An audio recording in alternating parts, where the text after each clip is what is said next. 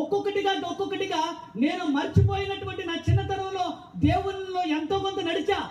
అంటే నా తల్లిదండ్రులు క్రైస్తవులు అనుకునేవాడిని, కానీ వాళ్ళు క్రైస్తవులు కాదు, క్రైస్తవులని నామకార్థంగా చెప్పుకున్నవారని నాకు అర్థమైంది నేను రక్షింపబడిన తర్వాత. ఎందుకంటే ప్రతిపడి ఫ్రాన్సిస్ కుమారుడు మందు మానేసినంత మాత్రాన, ఈ యొక్క వ్యసనాలు మానేసినంత మాత్రాన మంచివాడు అయిపోడు.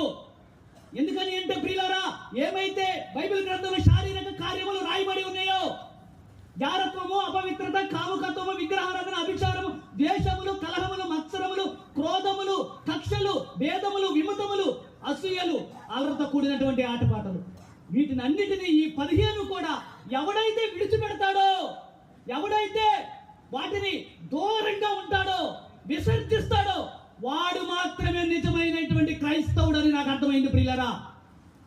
ఎప్పుడైతే ఈ మందుని, ఈ తాగుడు మానేస్తే మా అబ్బాయి మంచోడండి, మా అబ్బాయికి ఏ అలవాట్లు లేవు అని చెప్పగలరేమో ప్రియులారా. లోపల ఉన్నటువంటి, హృదయంలో ఉన్నటువంటి ఈ యొక్క శారీరక కార్యములను ఎవడైతే విడిచిపెడతాడో వాడే నిజమైనటువంటి క్రైస్తవుడు.